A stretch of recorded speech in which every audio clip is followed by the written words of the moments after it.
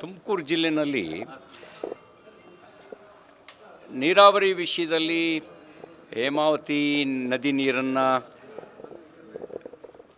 ರಾಮನಗರ ಜಿಲ್ಲೆಗೆ ತೆಗೆದುಕೊಂಡು ಹೋಗೋದ್ರಿಗೆ ಸಂಬಂಧಪಟ್ಟಂತೆ ಅಲ್ಲಿಯ ರೈತರಲ್ಲೂ ಹೋರಾಟ ಮಾಡ್ತಿದ್ದಂಥ ರೈತರ ಮೇಲೆ, ಸ್ವಾಮೀಜಿಗಳ ಮೇಲೆ, ಶಾಸಕರ ಮೇಲೆ ಪೊಲೀಸ್ ಮೊಕದ್ದಮೆ ಹೂಡಿರ್ತಕ್ಕಂಥದ್ದು ಒಂದು ರೀತಿ ಜನವಿರೋಧಿ ನೀತಿ.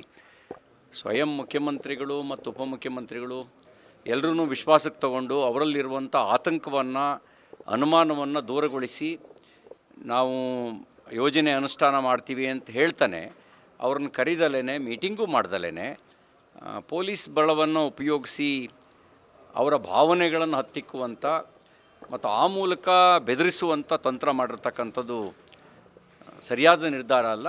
ಅದನ್ನು ಮರುವಿಮರ್ಶೆ ಮಾಡಬೇಕು ಮತ್ತು ಮೊಕದ್ದಮೆ ಹೂಡಿರೋದನ್ನು ಖಂಡಿಸ್ತೀನಿ. ಮೊಕದ್ದಮೆ ವಾಪಸ್ ತೆಗೆದುಕೊಳ್ಬೇಕು ಅಂತ ನಾನು ಆಗ್ರಹಿಸ್ತೇನೆ.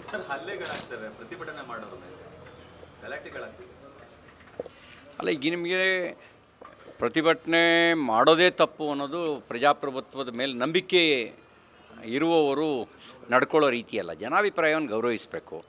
ನಾವೆಲ್ಲ ಸರ್ಕಾರ ಅಂತಂದರೆ ನಮ್ಮ ಸರ್ವಾಧಿಕಾರ ಅಲ್ಲ, ಜನ ಕೊಟ್ಟಿರೋ ಅಧಿಕಾರ ಇದು. ಪ್ರಜಾಪ್ರಭುತ್ವದಲ್ಲಿ ಜನ ಕೊಟ್ಟಿರೋ ಅಧಿಕಾರ ನಮ್ಮ ಕೈಗೆ ನಾವು ನಡೆಸೋದು. ಹಾಗಂತ ನಾವು ಸರ್ವಾಧಿಕಾರಿ ಅಲ್ಲ, ಸರ್ವಾಧಿಕಾರಿಯ ರೀತಿಯಲ್ಲಿ ವರ್ತನೆ ಮಾಡಬಾರ್ದು. ಹಾಗಾಗಿ ಅದು ಸರಿಯಲ್ಲ. ಮತ್ತು ಮಾಡೋ ಕೆಲಸನ ಮಾಡಿ. ಈಗ ನೋಡಿ, KPSC ಅವಾಂತರ ಇವತ್ತು ಕೂಡ ಲೀಡಿಂಗ್ ನ್ಯೂಸು ಮಾಧ್ಯಮಗಳಲ್ಲಿ. ಎಲ್ಲಿದೆ ಗೌರ್ನೆನ್ಸು? ನೀವು ಸರ್ಕಾರ ನಡೆಸೋರು ಇದನ್ನು ಸರಿ ಮಾಡಬೇಕು. ಇದನ್ನು ಬಿಟ್ಬಿಟ್ಟು ನೀವು ಹೋರಾಟ ಮಾಡುವವ್ರ ಮೇಲೆ ದೌರ್ಜನ್ಯ ನಡೆಸೋದು, ಇದನ್ನು ಮಾಡಬೇಡಿ. ನಿಮಗೆ ಮಾಡೋ ಕೆಲಸಗಳಿದಾವೆ, ಮಾಡಿ. ಸಾವಿರಾರು ಜನ ಆಕಾಂಕ್ಷಿಗಳು ಅವ್ರ ಜಾತಕ ಪಕ್ಷಿಗಳ ರೀತಿ ಕಾಯ್ತಾ ಇದ್ದಾರೆ. ಇವತ್ತಾಗತ್ತೆ, ನಾಳೆ ಆಗತ್ತೆ.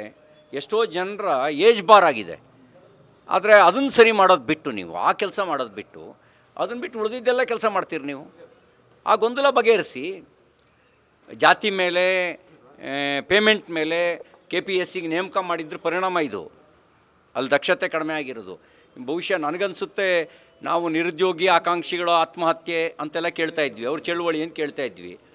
ಹೀಗೆ ಮುಂದುವರೆದ್ರೆ ಆ KPSC ಅಧ್ಯಕ್ಷರು, ಸದಸ್ಯಗಳೇ ಧರಣಿ ಕೂತರೂ ಆಶ್ಚರ್ಯ ಇಲ್ಲ. ಯಾಕೆ ಅಂತ ಹೇಳಿದ್ರೆ ಅವ್ರು ಯಾವ್ಯಾವುದೋ ಕೋಟಾದಲ್ಲಿ ನೇಮಕ ಆಗಿಬಿಟ್ಟಿದ್ದಾರೆ. ಆ ಕೋಟಾ ಭಾಳ ನಿರೀಕ್ಷೆ ಇಟ್ಕೊಂಡು ಸಾಲ ಸೂಲ ಎಲ್ಲ ಮಾಡಿ ಫುಲ್ಫಿಲ್ ಮಾಡಿ ಅಲ್ಲಿ ಬಂದು ಕೂತ್ಕೊಂಡಿದ್ದಾರೆ.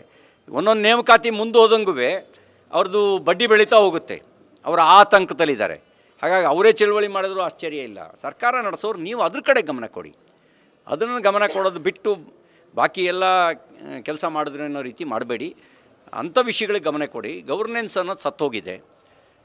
ಒಂದು ರೀತಿ ದಿನದೂಡ ಪರಿಸ್ಥಿತಿಗೆ ಇಷ್ಟು ಬೇಗ ಬರಬಾರ್ದಿತ್ತು.